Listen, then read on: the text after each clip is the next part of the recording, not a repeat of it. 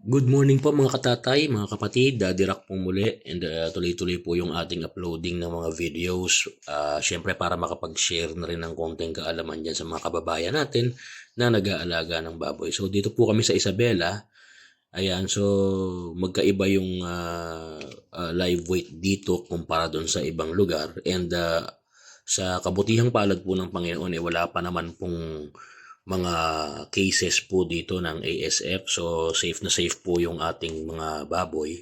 So tuloy-tuloy po yung ating pag-aalaga po sa kanila. And as you can see, magaganda yung kanilang mga kondisyon, magaganda at malalaki na. Hindi mo talaga mamamalayan sa pagbababoy talaga, tiyaga-tiyaga lang kasi, hi baby. Sa pagbababoy kasi talaga medyo matagal pa bago maging pera yan. Pero syempre ganun talaga ang negosyo, hindi kasi katulad yan nung namamasukan ka na meron kang aasahan kinsenas katapusan.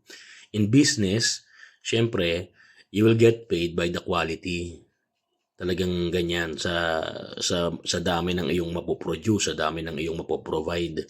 So hopefully makapag-produce pa tayo ng at least mga tatlong inahin para maganda-ganda yung ating income. Doon kasi nakarela yung laki ng income sa dami ng napoproduce mo.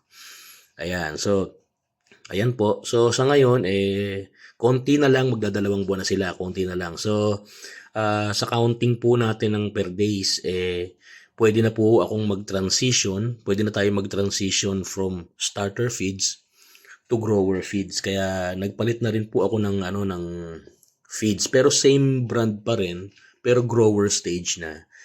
Ayan, so ganyan kasi lagi yung ginagawa ko talaga. So meron namang mga hog racer na ayan yung feeds natin. Grower 'yan. Malalaki yung granules. Ayan. Nung nakaraan kasi starter, medyo maliliit yung granules niya. So pwede namang magpatuloy ng starter feeds. Pwede naman, meron akong mga kilala na gumagawa noon, kaya lang hindi ko talaga nakasanayan At saka parang hindi ko alam talaga. Parang nasanay ako na sinusunod yung feeding guide na to. So itong feeding guide na to sa mga sako, okay din na sinusunod yan, walang masama diyan, okay yan. Pero syempre magbabase ka pa rin dun sa gana ng baboy na bigay ka ng bigay, di ba? So okay din yan. Walang problema na sundin yung feeding guide na yan. So as you can see, nandun na tayo sa grower stage nila.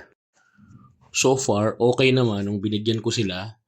Pero napansin ko lang nung mga unang araw na pinakain ko sila ng grower, syempre hype tayo, excited tayo magpakain. So binigyan ko agad sila nung marami agad. 'Di ba, according to dun sa feeding guide. So mali pala kasi syempre medyo naiba yung lasa nun sa kanila. Kahit sino naman siguro, 'di ba? So ang nangyari, para silang yung sinigok ng konti. Although kumakain naman sila kahit na pero yun nga, para silang iba yung tingin ko sa kanila, para silang nabigla. So the next meal nila the same day, iniba ko yung approach. Yung binigyan ko lang ng paunti-unti. Yun, paunti-unti lang, tapos pag naubos, bigay uli hanggang sa napansin ko na ayaw na nila. Ayun, pero nakarami din sila. So ganun lang, gradual lang. Kasi yung unang feeding naman na bago naman ako nag-grower feeds, ang binibigay ko muna sa kanila mix.